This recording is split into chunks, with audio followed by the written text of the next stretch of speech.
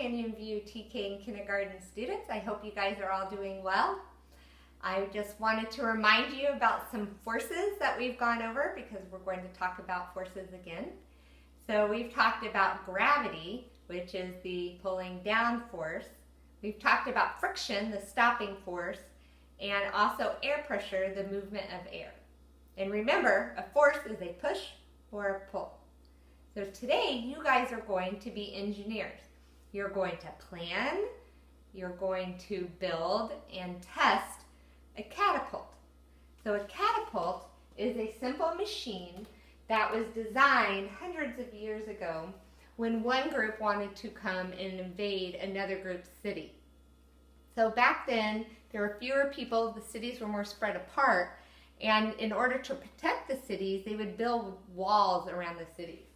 So here you can see a real catapult, and you can see why they wanted a catapult, because what a catapult did is you could put something into the spoon-like structure and launch it over the walls of the city you want to invade.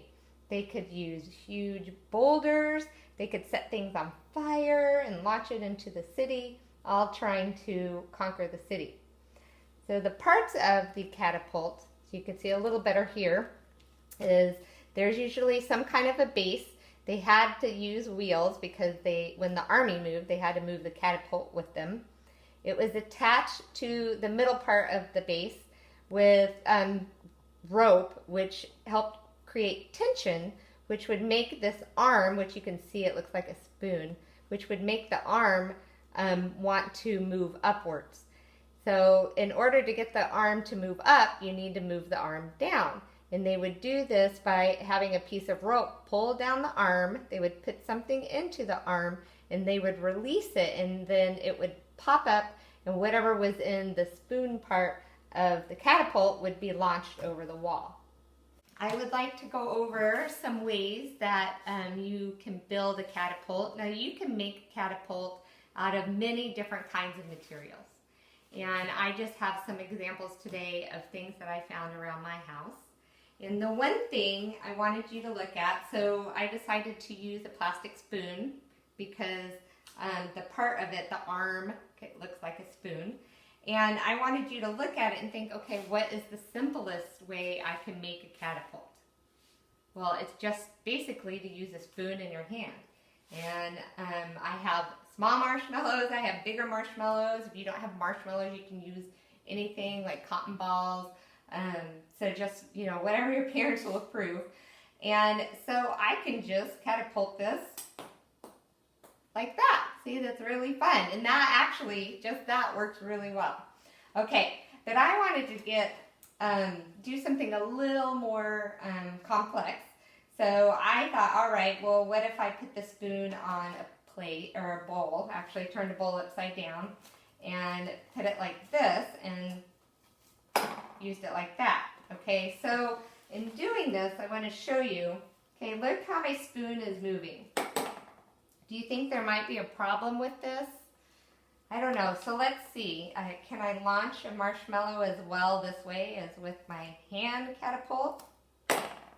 Oh, pretty well. Look at that. Okay, it went really high. It didn't go quite as far. All right, so do you think I can make this better? So I don't know. Let's think about this. One thing that's important, right, and the farther I can bring my spoon down, and when I let go, right, the farther it can move up, it probably will launch whatever I'm trying to launch farther. So you can test this. Maybe you can take some tape. I have duct tape.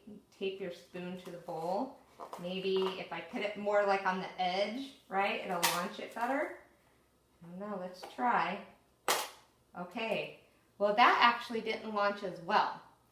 So what I would like for you to do with your catapult is I want you to think about what would make it better and try to make that better.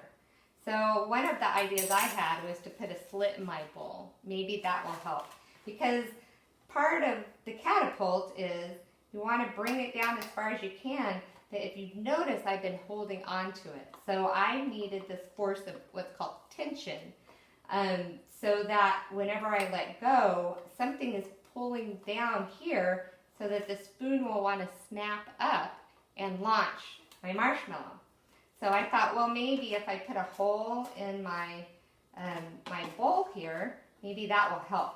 Okay, so still I'm just holding it down. Like I said, you could use tape. And I thought, all right, well, let's try this. Put my marshmallow in. Oh, that definitely worked better. And did you notice that I had more tension on this and it made it go back and forth? That showed you kind of how much more tension I had on it. And another thing I kind of questioned was, well, this seems to work pretty well. I wonder what would happen if I made the arm longer. So what I decided to try next, and you can try this, is put 2 spoons together like this. And then, well, now all I have left up here is my big marshmallow. Let's see what happens. All right, I don't know if it was the difference between having a bigger marshmallow or a smaller marshmallow, but I think I need to sit here and play with it and see what I can do to make it a better catapult. How do you think I can make that better? I don't know. Another thing I thought about was increasing the tension was using a rubber band. And I have these chopsticks. My family likes sushi, so I had chopsticks here.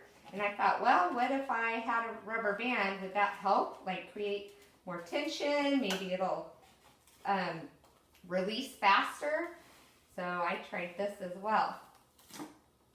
All right, so that worked okay. Not as great as some of the other things I tried. What if I hold down on the, I don't know, I have to think. So anyway, I'm going to spend probably some more time playing with my catapults, trying to improve it. And that's what I would like for you guys to do, is just find things around your house. What kind of catapult can you build? And I think it would be really fun if maybe your parent or a sibling, brother, sister would make a catapult, okay? And you guys can have catapult challenges. See who can launch their marshmallow or cotton ball the furthest. And you can always try to measure it, practice your measuring skills. And I wanted to talk about 2 forces we've already discussed which will affect your catapult.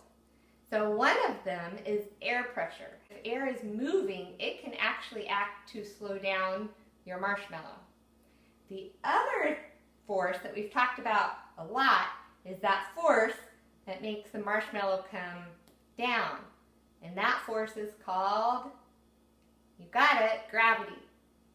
So I hope you guys have a lot of fun with your catapults, and I want you to have a great day.